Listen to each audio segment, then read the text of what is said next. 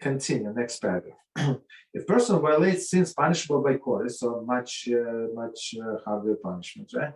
Or execution by the court, and repents, Teshuvah and Yom Kippur have a tentative effect, 59, and prevent the sentence of premature death at God's hand from being executed. So, chorus, as we said before, means that here the soul of the person is being cut off from this world and the world to come. So in this world, the cut off from this world means that he's going to die prematurely, right? So when he did whatever he did, let's say he went with his wife when she was nida, right? His wife, but she was nida. So he and she is going to get chorus, right? But now he did teshuvah. So the violation is still there. Let's say that the case is still there, but it's if you imagine like a folder, right? Like paper folder, all the days. So it is there on a table of police officer, but he's not going to open. Let's put it like, or a judge. Police it's on a desk of a judge, but it's like on a left corner that he's not going to look at this point, but it is there. So it's tentative effect, meaning we're not going to look at it right now. And the suffering will come upon him to complete the atonement. So all of these things for violated Shabbos and other things like being with Nida, other things, many other things. So he needs to get suffering. Number 60. From the phrase which come upon him, Igeres Teshuvah, chapter 1, derives the concept that there is no need to complete one's repentance with a fast and other penances. Suffering should be left to come upon him by divine decrees. This is also implied by the verse in Psalm, I, God, will punish, right? So basically what this commentary is saying, you did teshuvah, you did wrong all your life, 5 years of your life, whatever, 20 years of your life, doesn't matter how long. And you did things that are punishable by death penalty or chorus, which is almost the same. One is from the hand of heaven and one from the hand of man. So they say, don't bring extra suffering upon yourself. So it's as we learn in Hilchot, it's not Jewish way to fast, to go like to the deserts, to the mountain, to this. That's as the Rambam explained. It's very interesting.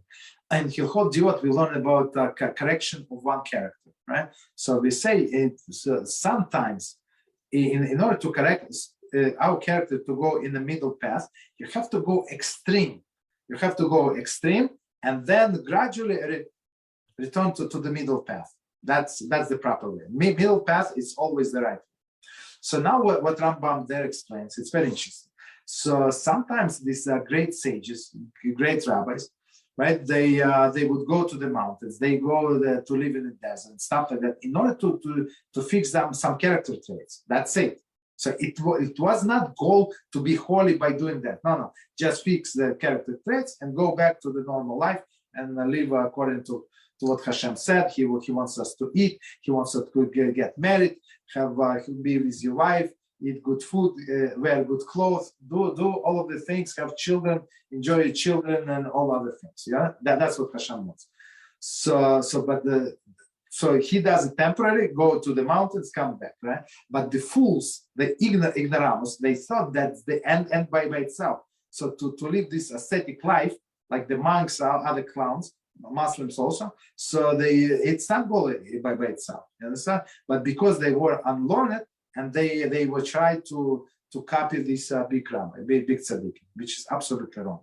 And that's what actually Mizrachi Shirim in the beginning speaks about all of these people who unfortunately they do not learn and they just looking at other people, they big tzaddikim, they come to the wrong conclusion. Okay. the commentator, so why did they start this? So the commentator said, don't worry about this fast. Hashem is going to bring suffering. Don't bring extra suffering for yourself. I would add, like to what it says here, but you can bring upon you like holy sufferings. Holy sufferings meaning that you're doing mitzvah, right? So for example, you want to rise early in the morning to say kavonus at home. Try to not in the shul because they're in a little rush. They finish in 3 minutes, and it takes you 30 minutes. So it's suffering. So you get up 30 minutes earlier, right? Or you stay over, I don't know, learning something like instead of going to sleep. So it's also suffering. Or some other things, right? Or you make yourself like learn some things that are not easy for you or not pleasurable for you, right? So, I mean, so you also learn. Okay, that's also suffering, and it's counted as such. So it's actually very good. First, you get mitzvah, and you escape suffering. It's not escape; it is suffering. So it's double dipping, if you will. Continue. Nevertheless, many texts of Musar suggest fast and penance to avoid the suffering at the hand of Ham, right? And to expedite the conclusion of the soul atonement. So basically, or person, for example, a person gives extra tzedakah. So extra tzedakah is also suffering, right? Because why? Because person has to work more to get this money. So he suffers at work. Now he gives this tzedakah, he also suffers. So that's a good suffering also. Okay, continue. In the present age, however, most authorities suggest that we devote our energy to the positive activities without inflicting suffering upon ourselves. Okay, so see Tanya, Laws of Teshuvah, chapter 3. Not only Tanya, even our rabbis, Rabbi Reuven says always don't do this crazy fast, don't do these other things. Go learn Torah. So you cleanse yourself, go learn Torah. Of course, learning Torah, it's not easy, right? To force yourself, not easy. So in some sense, it's also suffering. Okay, so we said, so let me read the sentence one more time. A person violates the sin punishable by the court or execution by the court and repents. Teshuvah and Yom Kippur have tentative effect, right? And the sufferings which come upon he complete his atonement. Okay, so that's what it is. Continue. He will never achieve complete atonement until he endures suffering. So it is okay. So commentary, even though the Yom Kippur passed many times, so basically, if somebody did whatever he did in the past, he cannot expect the easy life. And if somebody did the show and he was with his wife Nida and he was Michal Shabbos in eating trade and all of these things, and now he expects easy life, he's not realistic. You understand? He's not. And if he does not get suffering, his teshuvah is not sincere. What is missing? Everything is missing. He's not doing the real teshuvah, right? Because why? Because if teshuvah is accepted, the next step is Yom Kippur. The next step is suffering. He must get suffering. Must. So if you get all the health issues, money issues, all of the issues, family issues, wife does not want to talk to. Children upset with you, all of these things, neighbor, son, what did I do? I became religious. I became humble. I became like everything. Why I give it tzedakah? Why everybody against me? What is it? It's suffering. It's suffering. Yeah. You understand? So if everything is nice and dandy for this person, he did not do the show. That's how we know. So if we have all of the aggravation from other people, and you treat them nicely, guess what? That's everything is working, right? Whatever Rambam says, it works. Not Rambam. I mean, Rambam just tells us what it is. 61.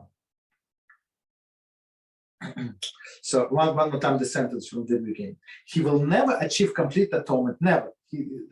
Right? Until they endure suffering. For concerning this, Psalm states, I will punish the transgressor Beezrat. 62, the Minchas Chinuch, Mitzvot 364, emphasizes that once a sinner repents, he is to be accepted by the Jewish community as equal, even before he endures suffering. Okay, that's we have to explain. So somebody was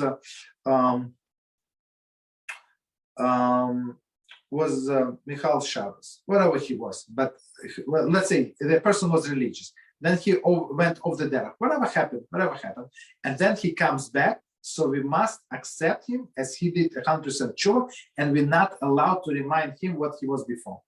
You understand? He's going to get suffering. It's between him and HaShem. So as we said before, as Rambam said, Teshuvah is not accepted, right? Completely not accepted until he endures suffering. Suffering is between him and HaShem. It's not my personal obligation to give this person hard time. Opposite. I have to accept him as my brother. He did Teshuvah, and that's it. Right? As we said, or we did not say in this when Torah described the punishment of Malchus, right, or this Rad, when what is it? How did he say Malchus? Or whatever. When they give a whip, right? Or when they whip him, right? When they give him whip, and at the end of the sentence they say, and now be merciful to your brother. Basically, I don't remember how it ends, but approximately, right? So now after he gets his punishment, he's your brother. That's it. He was wicked until he got the punishment. They say you have no right to remind him, basically, right? Continue. The pain experience expiates the sinful pleasure. So now, that's an amazing sentence. So this pain experience, so now he understands why he suffered. So all of this pleasure that he had, so now it comes out with a pain, which is cleansed that pleasure, whatever it was.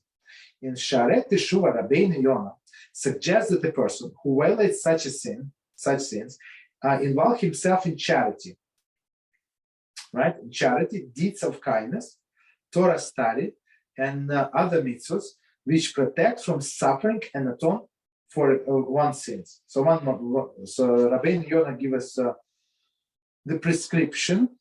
What is the prescription? So well, it's in charity, as we said, right? Charity, you take part of your life, you're suffering to get this money. Deeds of kindness, also deed of kindness. You cannot. Many times you cannot just do while you sit on your chair. You have to go somewhere. I know, carry the boxes. I don't know, do some things like physical activities for another person, right? Also includes suffering. And Torah study. Is very hard. I mean, the person gets this tired and he wants to sleep, he wants to eat, he wants to do this and that, and he continues. So it's also suffering, good suffering, and other mitzvahs, right? So all of these things. So basically, you involve in Torah, and HaShem counted as you go through sufferings.